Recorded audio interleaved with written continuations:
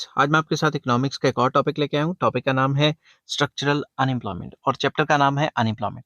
शुरू करने से पहले बता दूं कि इस चैप्टर के सारे लिंक्स आपको डिस्क्रिप्शन में मिल जाएंगे। चलिए शुरू करते हैं without wasting any time. Structural unemployment refers to a situation when a large number of people do not get work because of limited job opportunities available। तो स्ट्रक्चरल अनएम्प्लॉयमेंट एक ऐसी सिचुएशन है जिसमें लोगों को जॉब लॉसेज हो जाती हैं, जॉब्स नहीं मिलती क्योंकि जॉब अपॉर्चुनिटीज लिमिटेड होती हैं। It arises from the shortage of capital equipments and other complementary resources. ऐसा क्यों होता है? क्योंकि जो कैपिटल इक्विपमेंट्स हैं उनकी शॉर्टेज होती है और जो अदर कॉम्प्लीमेंट्री रिसोर्सेज हैं जो जॉब जनरेट करती हैं वो नहीं हो पाती। ठीक है, उनकी शॉर्टेज है। Capacity to create jobs is limited in view of the inadequate production capacity, mainly the capital equipments। तो इस केस में क्या होता है, जो जॉब क्रिएशन की कैपेसिटी है वो लिमिटेड होती है क्योंकि प्रोडक्शन की कैपेसिटी लिमिटेड होती है।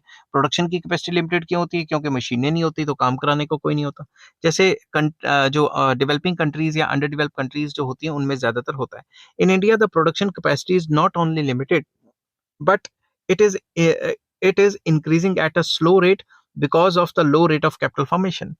अब ज्यादातर जो डेवलपिंग या अंडर डेवलप कंट्रीज हैं उनमें देखा जाए तो प्रोडक्शन कैपेसिटी लिमिटेड होती है और उनका जो प्रोडक्शन कैपेसिटी को इंक्रीज करने का रेट होता है वो भी बहुत कम होता है क्योंकि इन्वेस्टमेंट्स जो है वो कम हो रही होती हैं। ठीक है, as against it the labor force is increasing at a faster rate because of the rapid increase in population। Investment इतनी तेजी से बढ़ नहीं रही जितनी तेजी से पॉपुलेशन बढ़ रही है। Thus, labor force increases at a faster rate than the new jobs created। तो जो नई जॉब्स क्रिएशन की जो स्पीड है वो कम हो जाती है और जो पॉपुलेशन के बढ़ने की स्पीड है वो काफी ज्यादा हो जाती है। As a result the number of unemployed persons are increasing every year. तो हर साल जो है इन्वेस्टमेंट कम होगी तो मशीनें कम आएंगी तो जॉब क्रिएशन कम होगी। समझ की बात? तो ऐसे ही चलता रहता है। Structural unemployment is not a temporary phenomena. ये एक टेम्परेरी फिनोमिना नहीं है जैसा कि फ्रिक्शनल अनएम्प्लॉयमेंट था। It is deep rooted in the chronic deep rooted and chronic in nature. तो ये तो जड़ों तक बसा हुआ है। डेवलपिंग कंट्रीज जो डेवलपिंग और अंडर डेवलप कंट्रीज हैं, डेवलप कंट्रीज में ज्यादातर ये नहीं पाया जाता, ज्यादातर पाया नहीं जाता। ठीक है, it is associated with the under developed structure of the Indian of the economy. तो कोई भी इकोनॉमी का जो अंडर डेवलप स्ट्रक्चर है वो दिखाता है कि भाई इसमें इन्वेस्टमेंट बड़ी कम हो रही है इसलिए जॉब क्रिएशन नहीं हो रही। It can therefore B solved through economic development by increasing the production capacity of the country. तो इस वजह से इसको सॉल्व करने के लिए कंट्री को तरक्की करानी पड़ेगी, डेवलपमेंट करानी पड़ेगी और प्रोडक्शन कैपेसिटी बढ़ानी पड़ेगी, इन्वेस्टमेंट बढ़ानी पड़ेगी।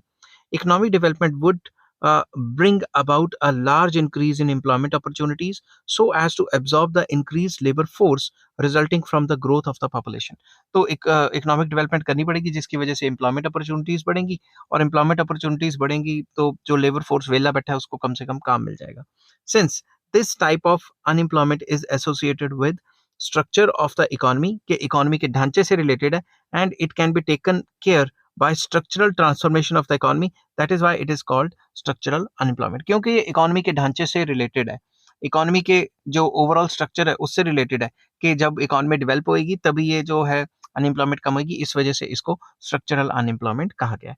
आई होप ये वीडियो आपको पसंद आई होगी। अगर पसंद आती है तो please like share and subscribe. इस चैप्टर के सारे लिंक्स आपको डिस्क्रिप्शन में मिल जाएंगे। Take care, bye bye.